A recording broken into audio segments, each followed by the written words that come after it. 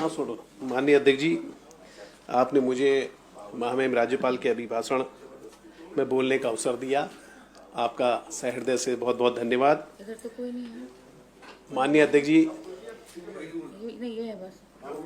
जो महामहिम का अब कल राज्यपाल महोदय का बजट अभिभाषण प्रस्तुत किया है, ये बोलिए सरकार के प्रतिबिंब के रूप में है, एक परछाई के रूप में है। और जो 16 पृष्ठों का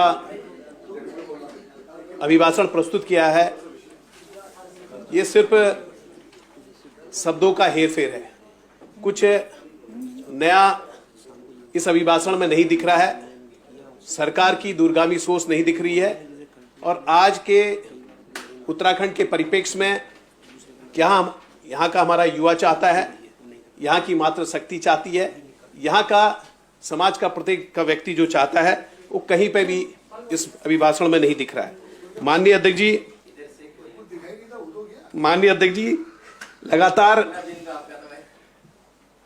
सत्ता पक्ष के लोग जो यूनिफॉर्म सिविल कोड लाया गया था, इस सदन के अंदर पारित किया गया था, उसके बारे में बहुत चर्चा कर रहे हैं।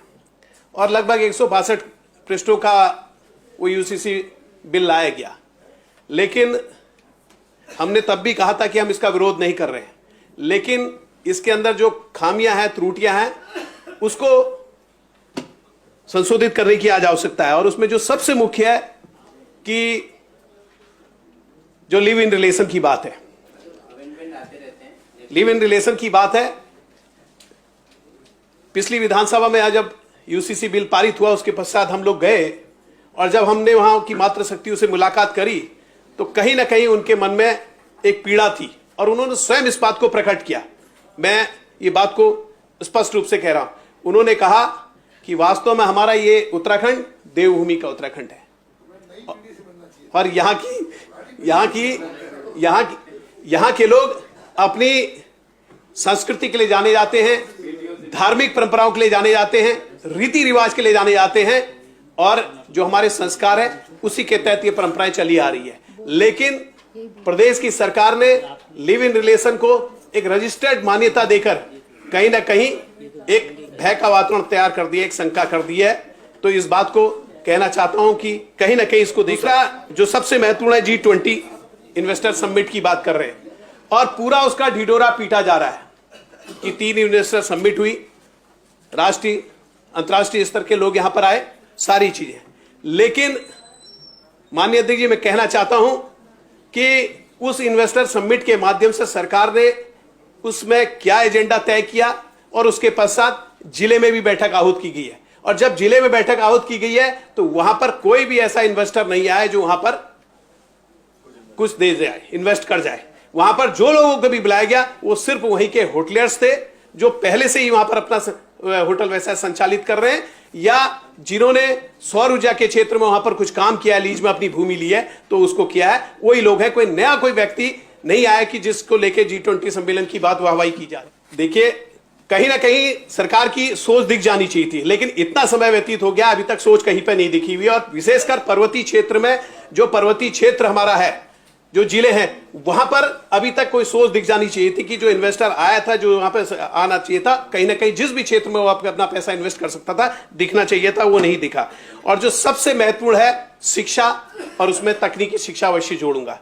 आज बात हो रही है कि संस्थागत जो हमारी प्राइवेट जो हमारे विद्यालय हैं, वहां पर बच्चे ज्यादा एडमिशन ले रहे हैं और वहां पर वो वातावरण तैयार कर रहा है। हम लोग सरकार के अंग के रूप में है, चाहे प्रतिपक्ष के रूप में है, हम सबका दायित्व बनता है कि शिक्षा को कैसे और गुणवत्तापूर्ण बनाया जाए, वहां पर क्वालिटी और क्वांटिटी को वहां पर सुधारा जाए करके। लेकिन आज हम देखेंगे कि वहां पर जब हम प्राथमिक विद्यालयों में जाते हैं, जूनियर हाई स्कूल में जाते हैं, इंटर हाई स्कूल में जाते हैं, इंटर स्कूल में जाते हैं, तो वहां पर शैक्षिक वातावरण इसलिए नहीं दिखता है क्योंकि वहां पर जो भवन है उसकी स्थिति बहुत दयनीय होती है। बच्चा जब जाता है तो वहां पर उसकी ऐसी क्षतिग्रस्त स्थिति होती है, वो अपने आप को वहां पर तैयार नहीं कर पाता है। मेरा अनुरोध है कि निश्चित रूप से इसका पूरा आकलन किया जाए और उसको वैसे सुव्यवस्थित किया जाए। दूसरा एक सबसे महत्वपूर्ण है कि आज की वर्तमान स्थिति को देखते हुए जो बच्चे हमारे अध्ययन कर रहे हैं, कहीं ना कहीं जो चुनौती है आज की स्मार्ट क्लासेस को देखते हुए, आज सारी चीजों को देखते हुए, माननीय अध्यक्ष जी, अभी main point no no no, बहुत आप लोग तो सुबह से बहुत हो बोले कहाँ माननीय नहीं नहीं 5 मिनट हो गए, आप प्लीज कंक्लूड नाउ। माननीय अध्यक्ष जी, इसलिए हमने कहा था कि सत्र को लंबा बढ़ाया जा करके, इसलिए कहा था कि भैया 3 दिन सामान्य बजट पे चर्चा हो, 3 महामहिम के अभिभाषण पे हो, 3 दिन विभागवार। बोलिए बोलिए। माननीय अध्यक्ष जी, जो बच्चा है, क्योंकि कहीं ना कहीं चंचलता होती है बच्चे के अंदर, बच्चे को कहीं ना कहीं जब शिक्षा वहां पर दी जाए तो उसके अंदर रुचिपूर्ण शिक्षा का वहां पर व्यवस्था की जाए कि अगर जो भी शिक्षिका है, शिक्षक है, वो वहां पर रुचिपूर्ण तरीके से पढ़ाया जाए, जिससे कि बच्चा का ध्यान केंद्रित रहे। और निश्चित रूप से मैं निवेदन करना चाहता हूं कि वहां पर और इसकी क्वालिटी और क्वांटिटी में दिया जाए। जो सबसे महत्वपूर्ण है तकनीकी शिक्षा, आज की आवश्यकता को देखते हुए, क्योंकि अक्सर हमसे लोग कहते हैं कि यहां पर महाविद्यालय खोल दिया जाए, यहां पर ये खोल दिया जाए। हम लोग कहते हैं कि निश्चित रूप से आज की व्यवस्था को देखते हुए तकनीकी शिक्षा और व्यावसायिक शिक्षा की आवश्यकता है। प्रोफेशनल कोर्स अगर खुलेंगे तो कहीं ना कहीं व्यक्ति, चाहे वो अपना स्वरोजगार है, चाहे कहीं पे भी किसी फैक्ट्री में वहां पर जा सकता है। तो इसी तकनीकी शिक्षा को और कैसे सुदृढ़ करें, उसके लिए आज आवश्यकता है। मैं एक उदाहरण देना चाहता हूं। अल्मोड़े के अंदर मेरी विधानसभा के खूट है, खूट ITI है, माननीय नरेंद्र तिवारी जी की सरकार में वो बना है खूट।